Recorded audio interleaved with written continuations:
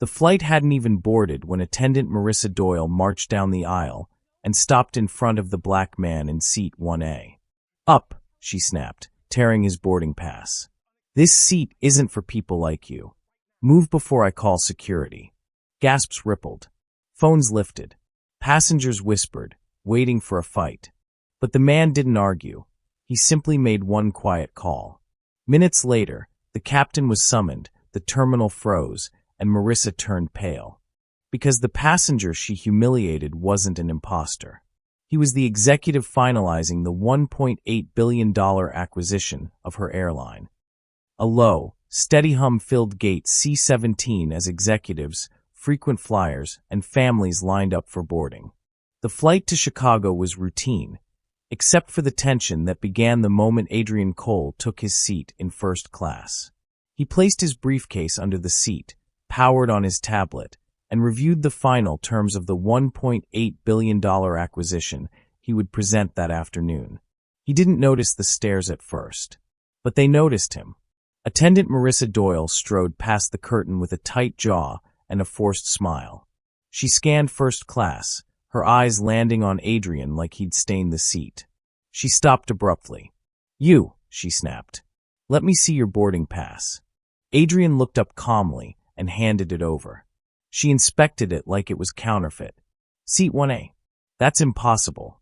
"It's printed clearly," Adrian said. Marissa tore it in half. "Not anymore. Stand up. You don't belong in this section." A man across the aisle snickered. "Probably wandered into the wrong cabin." Marissa raised her voice. "Move before I call airport security." Gasps rippled. Passengers froze. A few quietly lifted their phones.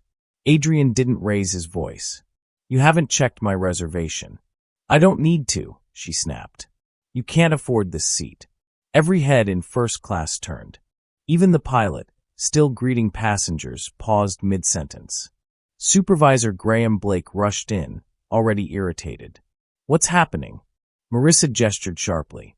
"He tried to sit in first class with a forged pass." Adrian blinked once. "Forged?" The supervisor didn't look at him. "Sir, grab your things and step out." "Now." Adrian remained seated. "Verify my booking." Graham's voice hardened. "Don't make this difficult." Final warning. Adrian exhaled slowly, then reached for his phone. "Very well." Passengers whispered. Someone whispered, "He's gonna get dragged off." Another muttered, "Why do they always try this?" Adrian spoke a single sentence into his phone. "Activate the terms review." Immediate escalation. He didn't raise his tone, but the effect was seismic. Within seconds, the gate agent's computer rebooted. The flight crew's tablets buzzed. The cockpit printer spat out an urgent notification. "What is happening?" Graham muttered. Marissa's smile faltered. "Why are we getting system alerts?" Before anyone could react, the captain stepped into the cabin. "Who initiated a level 2 corporate escalation?" Adrian lifted his eyes. "I did." The captain froze. "Sir, please tell me your name." "Adrian Cole." The captain's face drained. "From Meridian Holdings?" "Yes." Graham frowned. "Who is that?" The captain turned slowly. "The man negotiating the $1.8 billion acquisition of our airline." The entire cabin erupted in murmurs. One passenger choked on his drink. Another whispered, "Oh my God." Marissa stared at Adrian like he'd transformed into someone else. You didn't say." "I didn't need to," Adrian said evenly. "Corporate HQ called the cockpit immediately." The captain answered, listened, and swallowed hard. Then he addressed the cabin. "Ladies and gentlemen, we have a situation." Passengers leaned forward. Phones started recording openly now. The captain continued, "Mr. Cole is not only a first-class passenger. He is the executive validating the final terms of our airline's largest acquisition in history. His treatment on this aircraft is unacceptable and under corporate review." Marissa backed away as if the floor had turned to fire. "Sir, I didn't know." "That," Adrian said quietly, "is the problem." Corporate instructed the captain to remove the offending staff for immediate disciplinary action. Graham panicked. "You can't fire us." "Not on a plane." Not over. This is above me, the captain said. HQ wants both of you off. Now. Security arrived. Passengers watched as Graham and Marissa were escorted down the aisle, faces pale, steps shaky. Some people clapped. Others filmed. The humiliation was complete. When they were gone, the captain turned to Adrian. Sir, would you like extra time before departure? No, Adrian said. Let's fly. He took his seat again, this time with the entire cabin watching him with stunned respect. The flight pushed back from the gate in silence. In the air, Adrian returned to reviewing the acquisition documents, calm as if nothing had happened. But the industry would not be calm. By the time they landed, the incident had already gone viral. 6 million views.